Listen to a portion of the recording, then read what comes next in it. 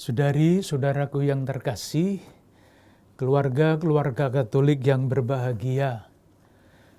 Tentu pertama-tama saya ingin mengucapkan selamat Hari Raya Natal kepada para ibu, bapak, dan seluruh keluarga, kepada komunitas-komunitas. Semoga dengan merayakan kedatangan Yesus, kita semua dan keluarga-keluarga kita mengalami damai dan sejahtera, karena Yesus yang lahir adalah Sang Immanuel, Allah yang menyertai kita dalam keadaan apapun. Dalam rangka bulan katekese keluarga Konferensi Wali Gereja Indonesia, saya diminta untuk memberikan ulasan salah satu judul yang berbunyi begini: Menerima Yesus dalam palungan keluarga. Menerima Yesus dalam palungan keluarga. Ini sudah harus ditafsirkan sendiri kenapa menggunakan kata palungan dan sebagainya. Seandainya menerima Yesus dalam keluarga kan lebih gampang ya. Tapi kenapa harus ada palungan? Saya juga tidak tahu. Tetapi saya memahaminya begini. Kalau saya mengerti dengan baik, judul ini mengajak kita untuk menyadari kalau Yesus sungguh-sungguh lahir di dalam tanda kurung palungan keluarga, konsekuensinya adalah masing-masing dan semua anggota keluarga mesti menjadi seperti Yesus kecil. Jadi Yesus yang pernah lahir dulu pasti tidak bisa lahir di tengah keluarga. Tetapi yang bisa lahir di tengah-tengah keluarga adalah Yesus kecil seperti sekarang ini. Maksud saya, ya kita semua, entah bapak, entah ibu, entah anak, itu mesti lahir menjadi Yesus kecil pada zaman sekarang di tengah keluarga dan nanti di tengah-tengah masyarakat. Moga-moga penafsiran saya tidak terlalu jauh dari yang diharapkan. Maka pertanyaannya adalah, kalau kita, setiap anggota keluarga itu diharapkan menjadi Yesus kecil yang lahir dan tumbuh di dalam keluarga,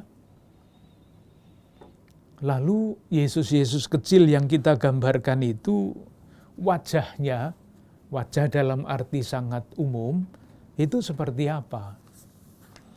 Supaya kita tidak kemana-mana, mempunyai patokan, mempunyai pegangan, saya kutip 2 ayat dalam Injil Lukas, bab 2, ayat 40 dan 52. Bercerita mengenai Yesus yang lahir di dalam keluarga Nazaret dan kemudian bertumbuh. Dikatakan begini, bab 2 ayat 40. Anak itu bertambah besar, menjadi kuat, penuh hikmat, dan kasih karunia Allah ada padanya. Jadi gampangannya, kalau kita, keluarga kita menjadi palungan tempat lahir Yesus, ya kita semua anggota keluarga mesti seperti Yesus ini. Bertambah besar, bukan hanya bertambah besar badannya, tetapi dalam banyak arti, menjadi kuat, dalam arti yang seluas-luasnya, penuh hikmat, dan kasih karunia Allah ada pada kita masing-masing. Demikian juga, kata-kata yang sangat mirip ada pada ayat 52. Dan Yesus makin bertambah besar, dan bertambah hikmatnya dan besarnya, dan makin dikasihi oleh Allah dan manusia. Intinya saya kira seperti itu. Sekarang kita tinggal mengolahnya lebih jauh. Tetapi kalau berhenti sampai di situ sebetulnya juga bisa, karena intinya menurut saya ada di situ. Itu catatan yang pertama, pokok dari pemahaman saya mengenai judul yang diberikan kepada saya. Catatan yang kedua mengenai bahan apa yang bisa kita bicarakan, kita renungkan. Kita bisa berbicara mengambil dua jalan. Jalan yang pertama, kita bicara mengenai keluarga yang praktis.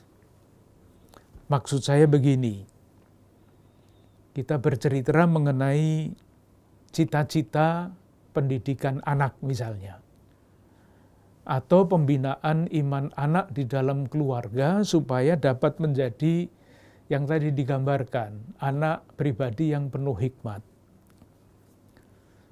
Nah, saya merasa bahwa hal-hal yang seperti itu sebaiknya dibicarakan di dalam sharing keluarga, berbagi pengalaman konkret mengenai usaha untuk bertumbuh menjadi pribadi-pribadi yang semakin serupa dengan Kristus, menjadi Kristus kecil dalam keluarga, untuk masyarakat, untuk gereja.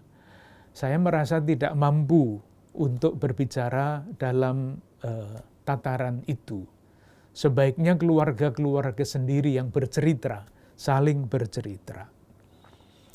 Kemungkinan yang kedua adalah membicarakan konsep keluarga yang dapat menjadi tempat Yesus kecil ini lahir dan bertumbuh. Nah, itulah yang ingin saya pilih, dan itu pun sangat terbatas. Bukan konsep mengenai keluarga seperti apa, tetapi saya memilih untuk menarik kesimpulan-kesimpulan dari kitab suci. Moga-moga nanti keluarga-keluarga sendiri yang akan meneruskan, yang akan mengembangkan pemikiran-pemikiran dan mewujudkan gagasan-gagasan itu di dalam keluarga. Nah, dengan catatan itu saya akan mulai dengan judul pokok ini. Keluarga adalah tempat untuk menghayati dan mewariskan nilai-nilai Kristiani. Itu yang ingin saya tawarkan. Jadi, menerima Yesus dalam palungan keluarga, saya mengerti dengan rumusan yang berbeda. Keluarga adalah tempat untuk menghayati dan mewariskan nilai-nilai Kristiani. Mengapa saya katakan demikian? Ada 1-2 alasan. Alasan yang pertama adalah pengalaman yang disampaikan oleh Rasul Paulus kepada Timotius.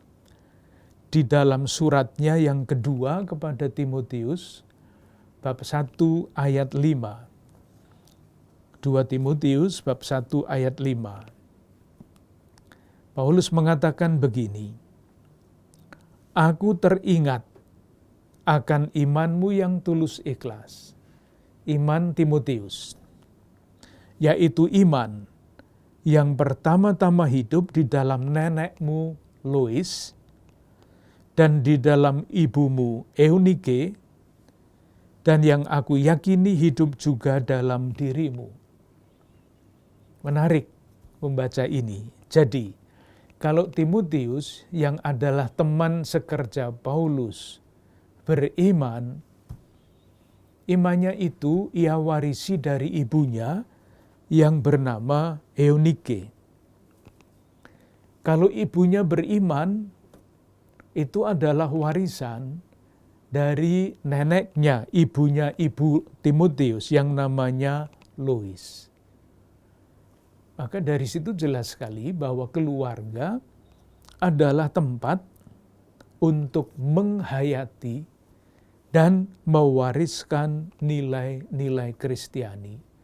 Dan nilai yang paling penting adalah iman dan tentu harapan dan kasih. Oleh karena itu, sekali lagi saya merasa yakin untuk mengatakan bahwa keluarga adalah tempat untuk menghayati dan mewariskan nilai-nilai Kristiani. Bapaknya Timotius itu mempunyai iman yang berbeda. Sudah kita melihat bahwa ada perkara begini ini, artinya Timotius itu hidup bertumbuh imannya tidak di dalam keluarga yang sekarang kita sebut keluarga Kristiani yang utuh. Karena ayahnya bukan pengikut Kristus. Tetapi hebat bahwa Timotius bisa bertumbuh, bisa berkembang imannya menjadi orang yang begitu penting di dalam kehidupan gereja. Berkat iman yang diwariskan oleh ibunya dan neneknya. Itu dasar yang pertama. Jadi keluarga adalah tempat pewarisan nilai. Dasar yang kedua, tentu ini nanti bisa dipersoalkan. Keluarga itu berarti rumah. Memang sekarang banyak sekali keluarga yang tidak mempunyai rumah, tetapi sudahlah, kita tidak masuk di dalam hal-hal yang sangat konkret seperti itu. Kalau kita perhatikan, pendidikan murid-murid yang dilakukan oleh Yesus, itu dilakukannya pendidikan khusus, itu banyak sekali dilakukan di rumah. Kata rumah menjadi penting. Saya tunjukkan 1-2 bagian dari kitab suci. Bab 9. Peristiwanya adalah Yesus mengusir roh dari seorang anak yang bisu. Yang diceritakan mulai ayat 14 saya baca, ketika Yesus, Petrus, Yakobus, dan Yohanes kembali pada murid-murid itu, mereka melihat orang banyak ya, mengerumuni murid-murid itu, dan beberapa ahli Taurat sedang mempersoalkan sesuatu dengan mereka. Jadi yang hadir di situ adalah murid-murid lain, orang banyak, ahli Taurat, membicarakan satu persoalan. Pembicaraannya sampai dengan ayat 27,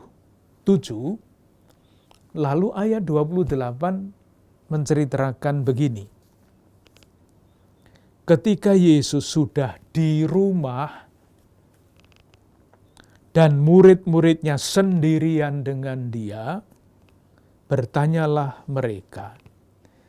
Nah, lalu mulai pengajaran khusus untuk murid-murid, mewariskan nilai-nilai. Di mana? Tidak di tempat umum, di rumah. Rumah menjadi sangat penting. Kemudian satu lagi supaya jelas bahwa rumah itu penting. Bab 7. Perintah Allah dan adat istiadat Yahudi. Pada ayat 1 diceritakan begini. Pada suatu kali serombongan orang Farisi dan beberapa ahli Taurat dari Yerusalem datang menemui Yesus. Jadi yang diceritakan adalah ahli Taurat dan orang Farisi. Kemudian ayat 14. Lalu Yesus memanggil lagi orang banyak. Orang banyak. Ayat 17. Sesudah ia masuk ke sebuah rumah, untuk menyingkir dari orang banyak, murid-muridnya bertanya kepadanya tentang arti perumpamaan itu. Jadi murid-murid khusus dididik di rumah.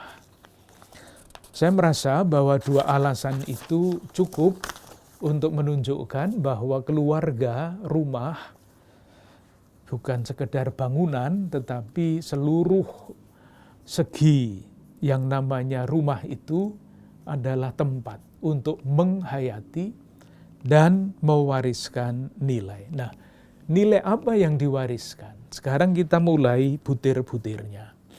Yang pertama, kita belajar dari keluarga Nazaret berdasarkan Matius bab 1 dan bab 2 serta Lukas bab 1 dan bab 2. Yang pertama, hidup seperti keluarga lain.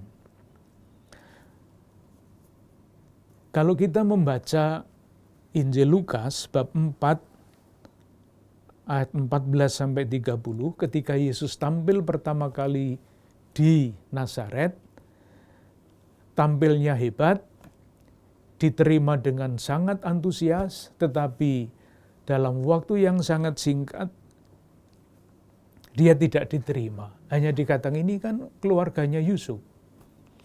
Nah, di balik kata-kata itu, ini kan hanya keluarganya Yusuf, anaknya Yusuf. Di balik kata-kata itu, saya menyimpulkan bahwa keluarga Nazaret itu hidup seperti keluarga-keluarga yang lain yang dikenal oleh mereka. Moga-moga jelas apa yang saya maksudkan. Seandainya keluarga Nazaret itu sangat-sangat hebat, atau tidak seperti keluarga lain, pasti tidak mungkin ada kata-kata seperti ini.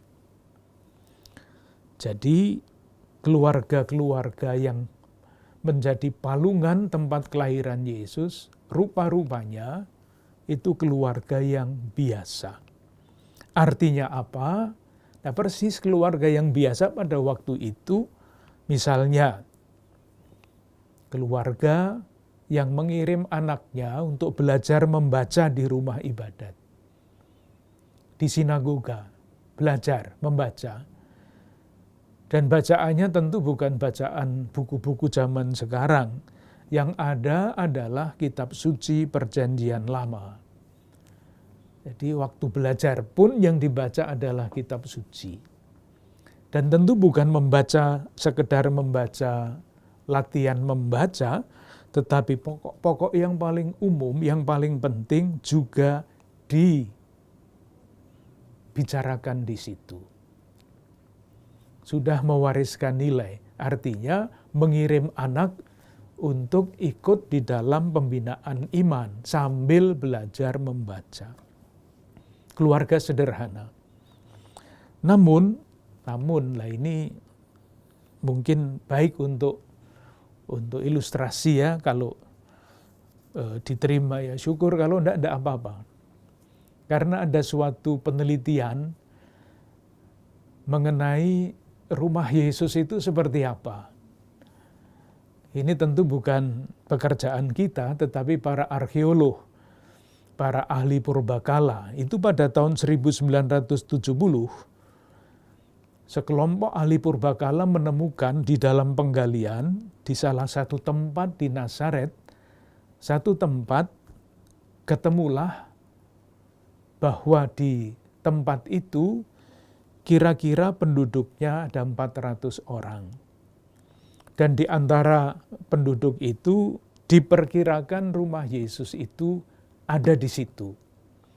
Nah, ini tentu ilmu purbakala, dan menurut mereka para ahli purbakala itu, satu, masyarakat di situ hidup sebagai petani pada umumnya. Tetapi Yusuf itu mempunyai keahlian sebagai tukang. Itu keahlian yang di atas rata-rata. Yang lain petani, Yusuf tukang. Oleh karena itu, di tempat di mana diperkirakan rumah keluarga Nazaret, dinilai ini bukan rumah keluarga miskin karena ada gudangnya. Di mana mungkin ada keluarga miskin, ada gudangnya. Jadi, saya mau mengatakan begini, kalau benar penggalian itu, keluarga Yesus itu bukan keluarga sederhana dalam arti miskin. Keluarga berada. Tetapi sebagai keluarga berada, tidak lepas dari lingkungan masyarakatnya, tetapi bersetia kawan atau seperti apa ya dengan masyarakatnya, dengan keluarga-keluarga di tempat itu. Meskipun menurut penelitian itu, keluarga ini termasuk di dalam kelas menengah di tengah-tengah masyarakat, hidupnya sama dengan keluarga-keluarga lain. Ini satu keutamaan. Tentu di balik itu kita bisa bertanya, kok bisa seperti itu? Nah, itulah jawaban lain lagi yang bisa panjang. Itu nilai yang pertama, kesetiakawanan dengan masyarakat di lingkungannya. Yang kedua, rupa-rupanya di tengah-tengah keluarga Nazaret, salah satu keutamaan yang amat penting adalah ketaatan. Ketaatan kepada kehendak Allah. Jadi keluarga yang soleh lah kalau menggunakan istilah sekarang. Dari mana itu disimpulkan? Silahkan membaca kisah kanak-kanak Yesus menurut Matius bab 1 dan bab 2. Sekurang-kurangnya 3 kali dikatakan bahwa malaikat menampakkan diri di dalam mimpi kepada Yusuf. Dan setiap kali yang diterima dalam mimpi oleh Yusuf itu dijalankan. Jangan membayangkan mimpi-mimpi seperti yang kita sering alami.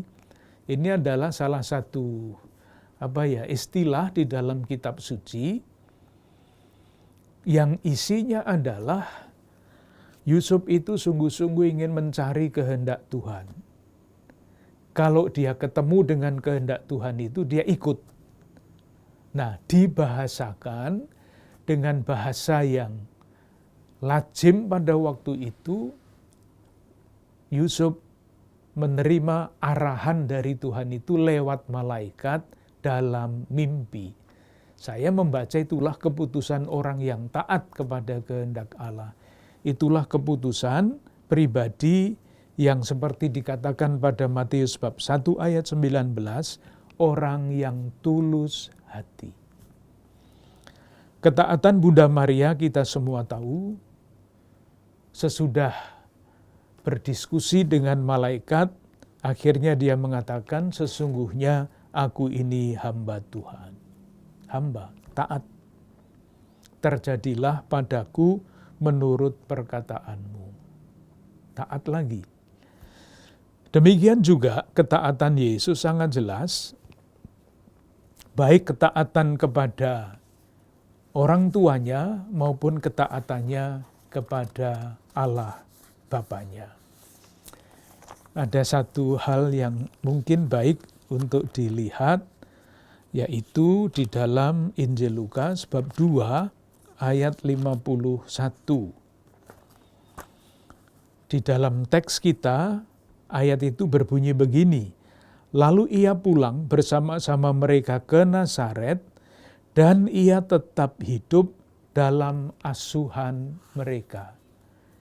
Yesus hidup di dalam asuhan mereka. Itu kalau dibahasakan dengan cara lain, bisa berbunyi ia patuh kepada mereka, ketaatan. Yang berikutnya, yang ketiga. Yang ketiga adalah kesediaan untuk melayani. Kesediaan untuk melayani. Di dalam kisah Injil Lukas, ketika menerima kabar gembira dari malaikat, Maria mengatakan, aku ini hamba Tuhan. Jangan salah mengerti. Hamba itu adalah gelar kehormatan. Namanya hamba. Tetapi itu adalah gelar kehormatan. Bukan kehormatan yang berarti gengsi, bukan itu. Tetapi kehormatan yang menjadi tanda kerelaan, kesiapsediaan untuk menjalankan kehendak Allah. Jadi orang-orang seperti Musa, seperti Abraham, itu diberi gelar hamba. Bukan bos, atau bukan apalah yang seperti itu, tetapi gelarnya hamba. Nah, gelar hamba ini selain dikatakan eksplisit oleh siapa? Oleh Bunda Maria, kerelaan untuk melayani itu bisa kita baca juga dengan cara ini. Kalau kita membaca Injil Lukas bab 1 dan bab 2, itu ada perbandingan, ada pembandingan. Dari satu pihak Yesus, ibunya Maria, dari lain pihak Yohanes Pembaptis dengan ibunya Elisabet, Zakaria.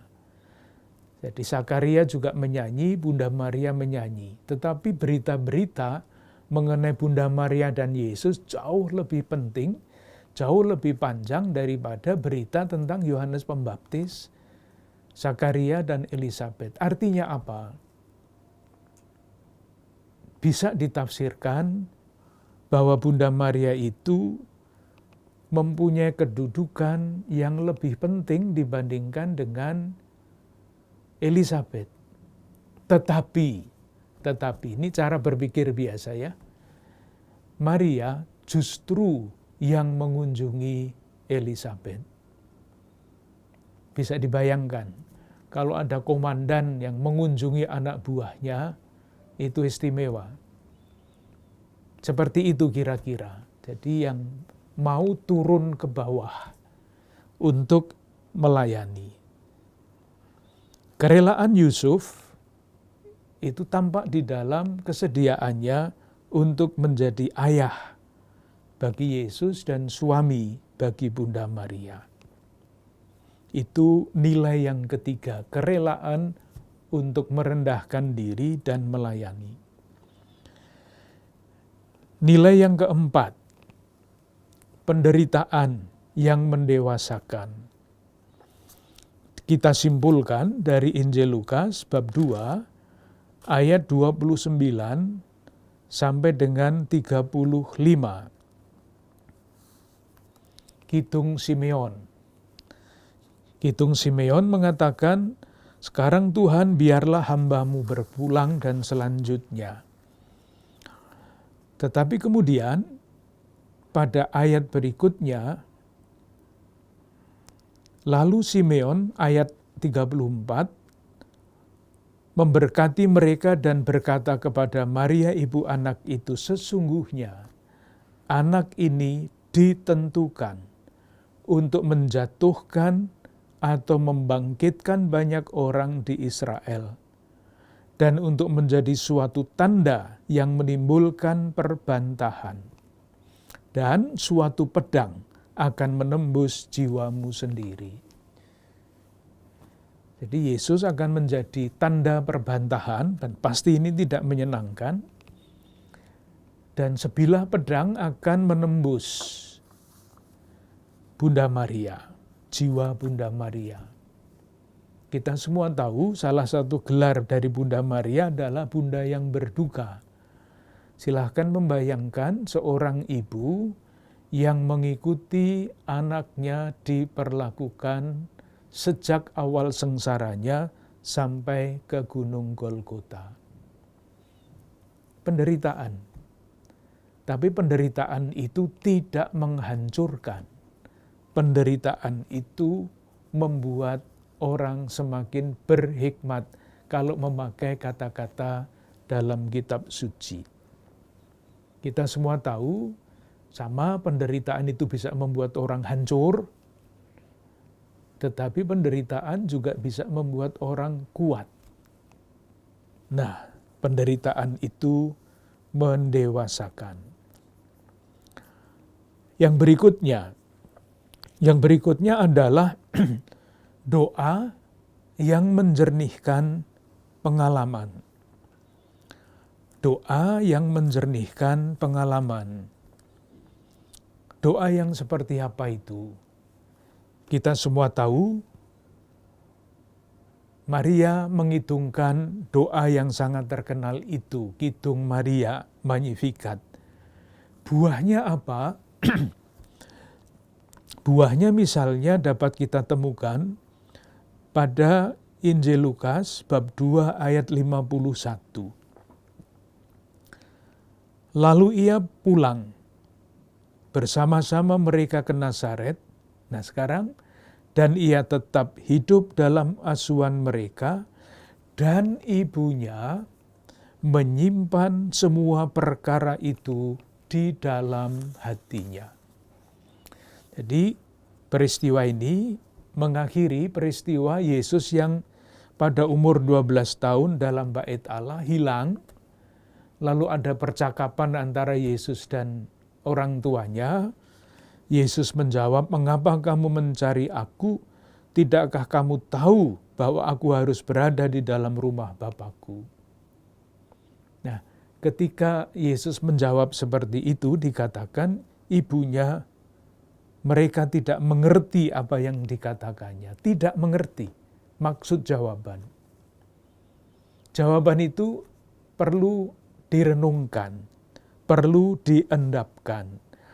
Maka pada ayat 51, ibunya menyimpan semua perkara itu di dalam hatinya. Itu kalau di dalam bahasa kita, menyimpan, diam, hening, menjadi jernih hati dan budinya, dan akhirnya menemukan maknanya, proses itu. Menyimpan segala perkara itu dalam hatinya.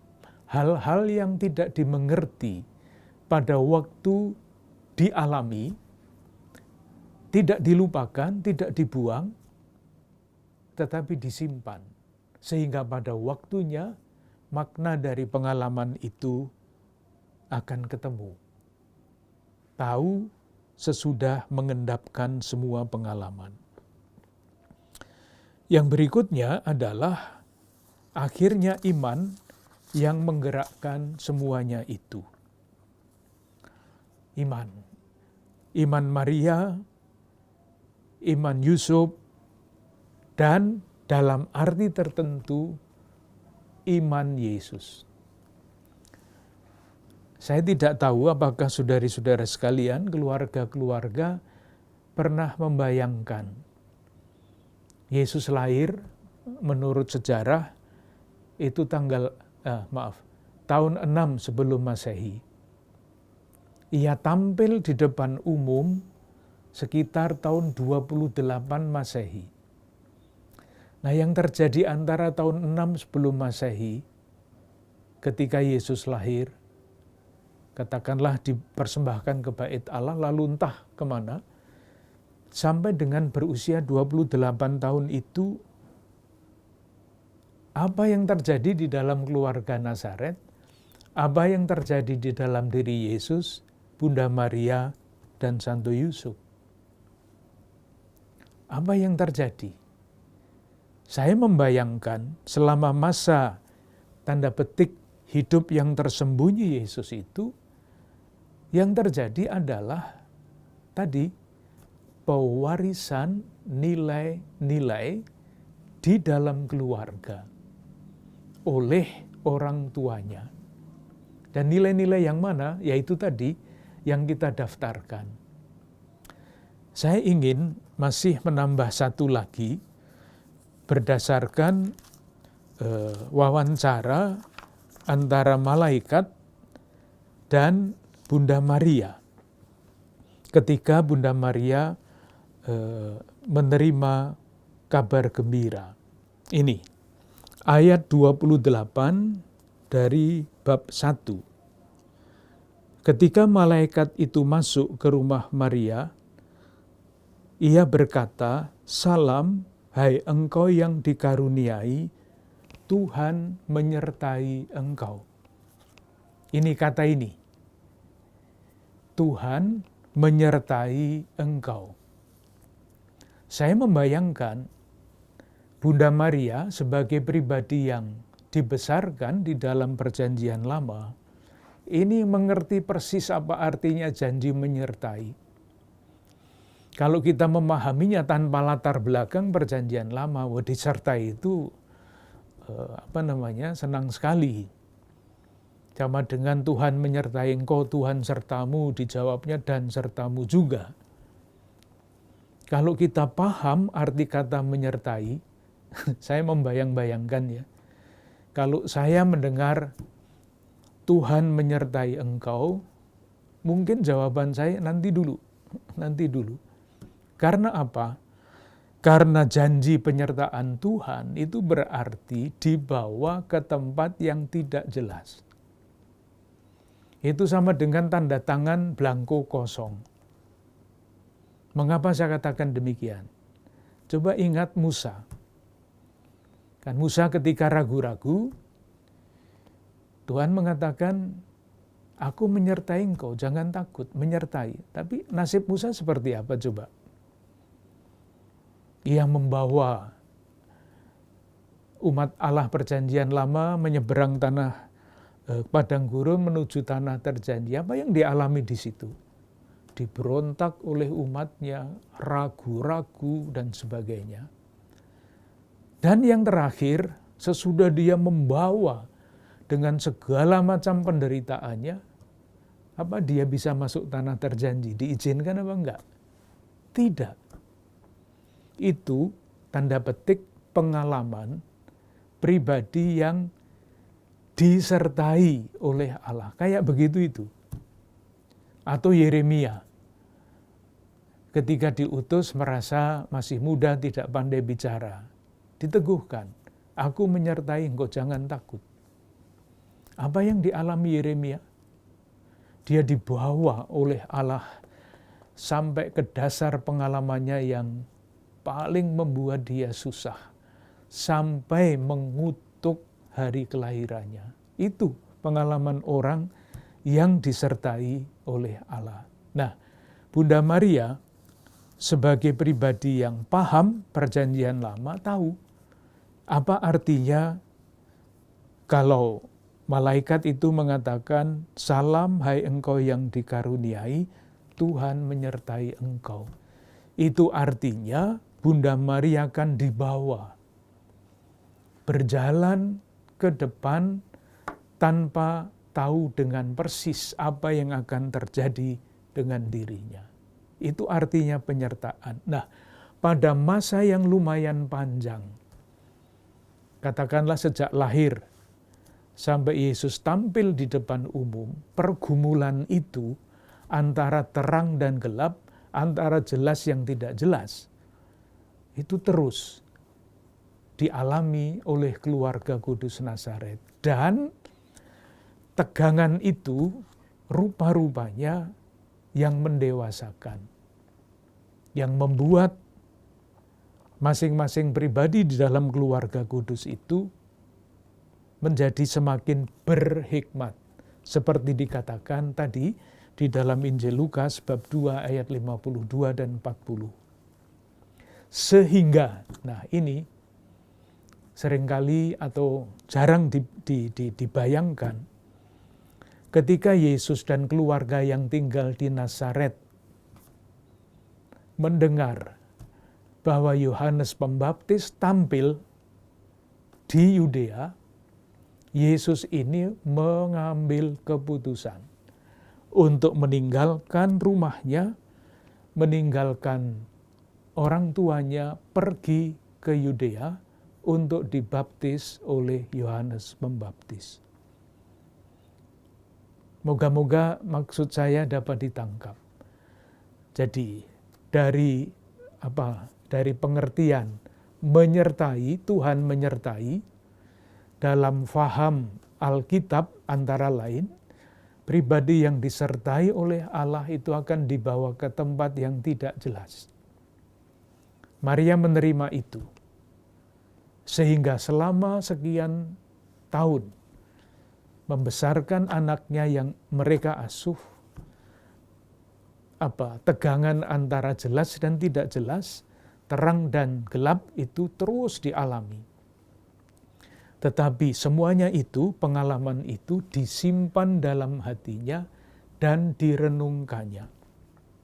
Menjadi pengalaman yang mendewasakan. Menjadi pengalaman yang membuat seluruh anggota keluarganya termasuk Yesus menjadi pribadi yang berhikmat. Sehingga pada waktunya Yesus yang berhikmat itu meninggalkan Nazaret, pergi ke Yudea, mengikuti arus pembaptisan Yohanes, dan kemudian mewartakan kerajaan Allah sebagai keputusan sesudah dia meninggalkan pembaptisan. Saudari-saudaraku yang terkasih, moga-moga ini semua saya tadi sudah katakan adalah gagasan. Tentu harus diwujudkan, dicoba, diusahakan untuk memahami dan menghubungkannya dengan pengalaman-pengalaman yang nyata di dalam keluarga. Apapun isinya, saya hanya mengajak keluarga-keluarga Katolik untuk meyakini yang pertama tadi. Keluarga adalah tempat mewariskan dan menghayati nilai-nilai Kristiani. Ketika nilai-nilai Kristiani diwariskan, kita boleh yakin di dalam keluarga, maksud saya, keluarga-keluarga akan menjadi tempat menerima Yesus dalam palungan keluarga itu.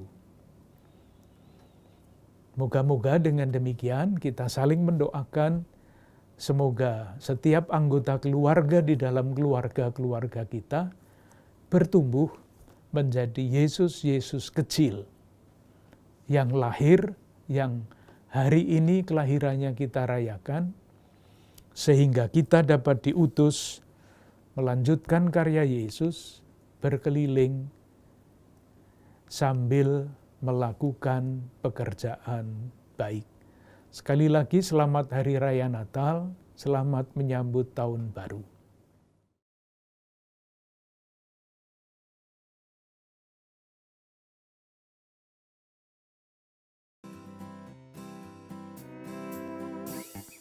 Nafasku, tanda kehidupanku, tiap hembusan daya hidupku.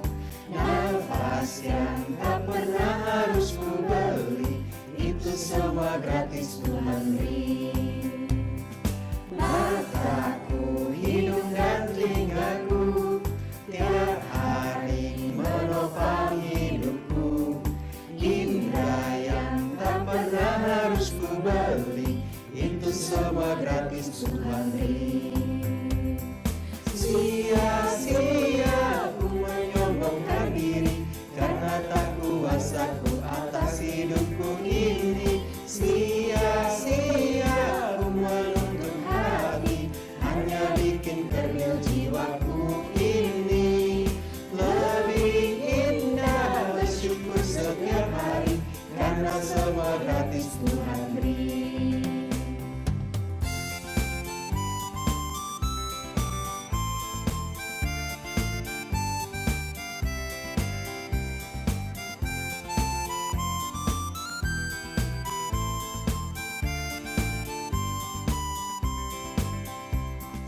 Nafasku, tanda kehidupanku, tiap hembusan daya hidupku.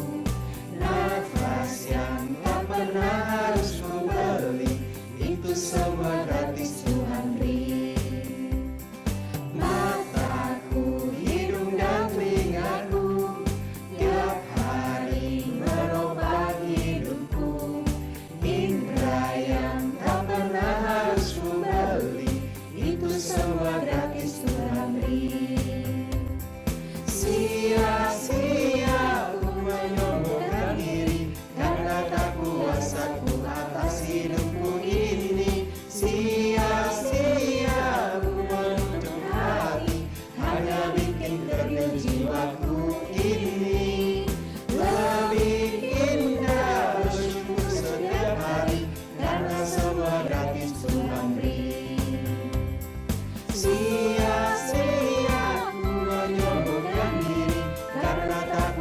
dosaku atas hidupku ini.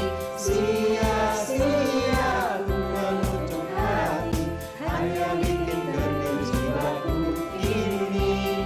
Lebih indah bersyukur setiap hari, karena semua gratis Tuhan beri. Karena semua gratis Tuhan beri. Karena semua gratis Tuhan beri.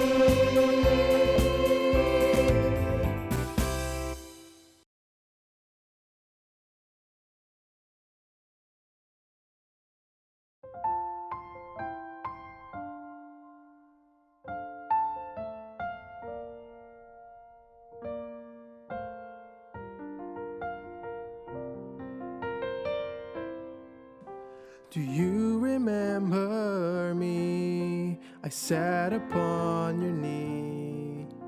I wrote to you with childhood fantasies. Well, now I'm grown up now, but still need help somehow. I'm not a child, but my heart can still dream. So here's my lifelong wish, my grown-up Christmas list. Not for myself, but for a world in need. No more lives torn apart, that wars would never start, and time would heal all hearts. And everyone would have a friend, and right would always win, and love would never end. This is my grown-up Christmas list.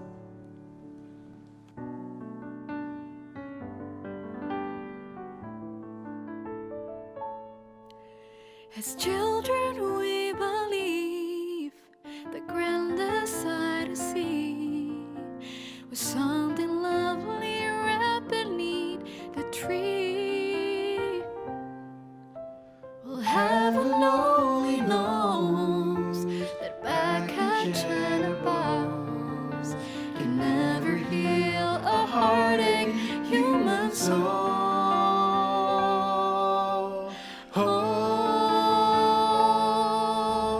No more lives torn apart, that wars would never start, And time would heal all hearts,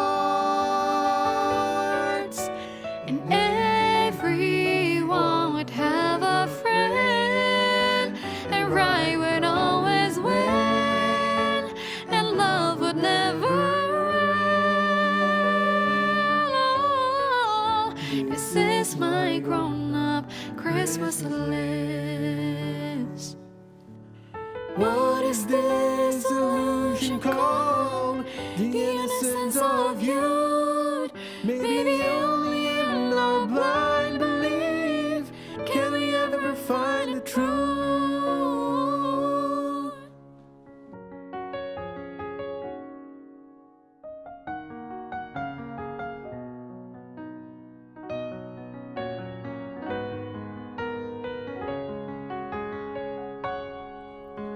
No more lives torn apart, that wars would never start, and time would heal all